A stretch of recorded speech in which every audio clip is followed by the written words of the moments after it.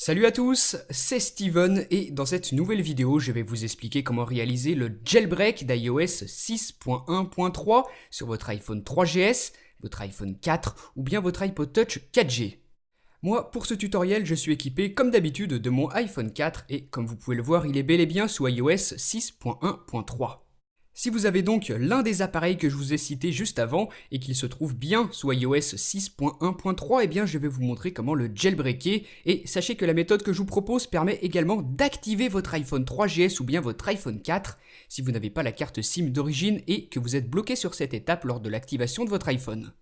Je vais donc vous montrer en détail, étape par étape, comment réaliser ce jailbreak. Et pour ceux qui se posent la question, le jailbreak ne supprime rien du tout. Vous allez bien évidemment garder vos photos, vos contacts, vos applications.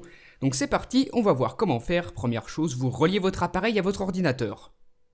Une fois que c'est fait, vous allez ouvrir le programme Redsn qui fonctionne exactement de la même manière sous Windows et sous Mac. Et comme d'habitude, si vous avez besoin, je vous ai mis dans la description de la vidéo des liens de téléchargement. C'est donc Redsn qui va nous être utile pour ce jailbreak. Vous l'ouvrez et ensuite vous cliquez ici sur Extra, puis vous allez dans la section Select IPSW et là vous allez devoir sélectionner le firmware d'iOS 6.0 correspondant à votre appareil. Attention, c'est bel et bien iOS 6.0 et pas 6.1.3 et comme d'habitude, si vous avez besoin de télécharger ce firmware, regardez la description de la vidéo. Vous le sélectionnez donc sur votre ordinateur, vous cliquez sur OK et ensuite Redsn vous indique qu'il a reconnu le firmware. C'est parfait, vous cliquez sur OK et dans Redsn vous cliquez sur le bouton Back en bas, puis vous pouvez maintenant cliquer sur Jailbreak. La procédure commence, vous voyez qu'une barre de chargement va se remplir progressivement, ça devrait aller très vite, vous patientez simplement pendant qu'elle se charge, et ensuite sur cette page vous cochez impérativement la case Install Cydia. C'est très important de le faire et ensuite vous pouvez cliquer sur Next.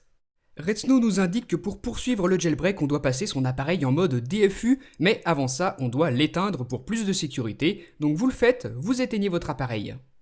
On peut maintenant le passer en mode DFU, vous appuyez sur Next et vous maintenez pendant 3 secondes le bouton d'alimentation, ensuite sans le relâcher, vous appuyez pendant 10 secondes sur le bouton d'accueil, donc le bouton d'alimentation et le bouton d'accueil pendant 10 secondes, 2, 1, 0, vous relâchez le bouton d'alimentation et vous continuez de maintenir le bouton d'accueil pendant que Redsn fait le décompte. Votre appareil va ensuite être détecté en mode DFU, des barres de chargement vont se remplir et cette image va apparaître à l'écran de votre appareil, puis va ensuite être remplacée par toutes ces lignes blanches sur fond noir qui vont défiler.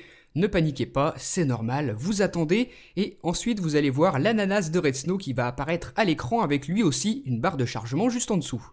Elle va se remplir progressivement, vous patientez, vous ne débranchez surtout pas votre appareil, et ensuite la pomme d'Apple va apparaître sur votre écran, puis vous allez pouvoir déverrouiller, vous retrouver sur le springboard, mais le jailbreak n'est pas terminé. Comme il s'agit d'un jailbreak de type tethered, ça signifie qu'à chaque fois que vous allez devoir redémarrer votre appareil, il faudra que vous utilisiez Redsn et la fonction de Just Boot. Pour ça, vous sélectionnez de nouveau le firmware d'iOS 6.0 correspondant à votre appareil et vous cliquez ici sur Just Boot. Là, encore une fois, vous allez devoir éteindre votre iPhone ou votre iPod Touch avant de le placer en mode DFU, donc vous le faites, vous éteignez votre appareil. Ce Just Boot est, comme je vous le disais, nécessaire dans le cas d'un jailbreak tethered. Donc sur Redsn, vous cliquez sur Next et là vous appuyez sur le bouton d'alimentation pendant 3 secondes, ensuite sans le relâcher, vous appuyez sur le bouton d'accueil. Redsn fait le décompte, 6, 5, 4, 3, 2, 1, 0, vous relâchez le bouton d'alimentation tout en continuant de maintenir le bouton d'accueil jusqu'à que Redsn détecte votre appareil en mode DFU.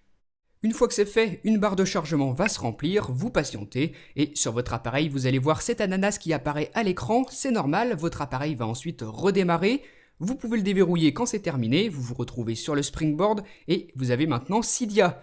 Vous pouvez l'ouvrir, et la première chose que vous allez devoir faire, c'est sélectionner votre type d'utilisateur. Vous le faites, vous appuyez sur OK, et ensuite, voilà, vous vous retrouvez sur la page d'accueil de Cydia qui va charger progressivement, la voici. Vous disposez à présent d'un iPhone ou d'un iPod Touch jailbreaké sous iOS 6.1.3 avec Cydia, et je vous rappelle qu'il s'agit d'un jailbreak de type tethered, donc pensez à faire un boot tethered avec Redsn à chaque redémarrage.